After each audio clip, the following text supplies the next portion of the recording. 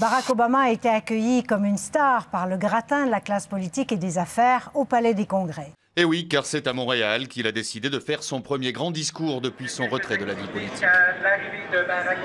Ces milliers de personnes font donc la file depuis plusieurs heures. Tout ça, évidemment, pour un événement qu'il n'aurait manqué pour rien au monde. Et surtout pas ce papa aux grandes ambitions pour sa fille. Je voudrais qu'elle devienne la première ministre du Canada un jour. En attendant, Barack Obama a d'autres prédictions. In my lifetime, we will see a woman president of the United States. Si ça avait été des billets pour Donald Trump, vous seriez venu quand même? Même si on avait payé pour venir, je serais pas venu. Si aujourd'hui l'amour semble dans ce pré, il y a 100 ans, la bataille de Messine. Mais à 3h10 du matin, les Alliés lancent l'offensive. C'est toute la première ligne allemande qui est décimée en un coup. 10 000 soldats meurent instantanément.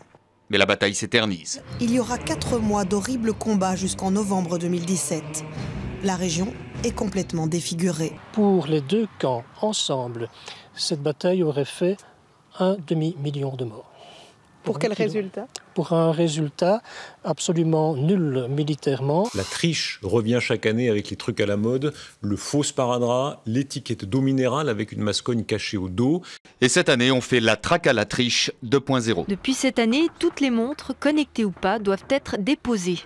Elles peuvent être connectées ou pas, on n'a pas le temps d'examiner chaque objet. Ce qui n'empêche pas les plus malins d'user des bonnes vieilles carabistouilles. Je me souviens du cas d'un élève qui portait un plâtre dans lequel se trouvait un talkie-walkie. Et le seul ennui, c'est qu'ils avaient choisi une longueur d'onde qui était la même que celle des taxis qui tournaient autour du quartier de la Cité. J'ai l'impression que je vais mourir en fait. Et zoom, c'est parti pour le grand saut.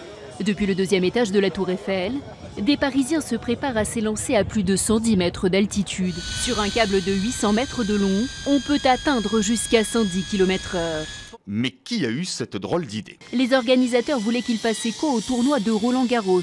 Que les gens puissent se mettre dans la peau d'une balle de tennis, de pouvoir descendre du 2e étage de la Tour Eiffel, comme dans un smash. Bon, ça au moins, c'est fait.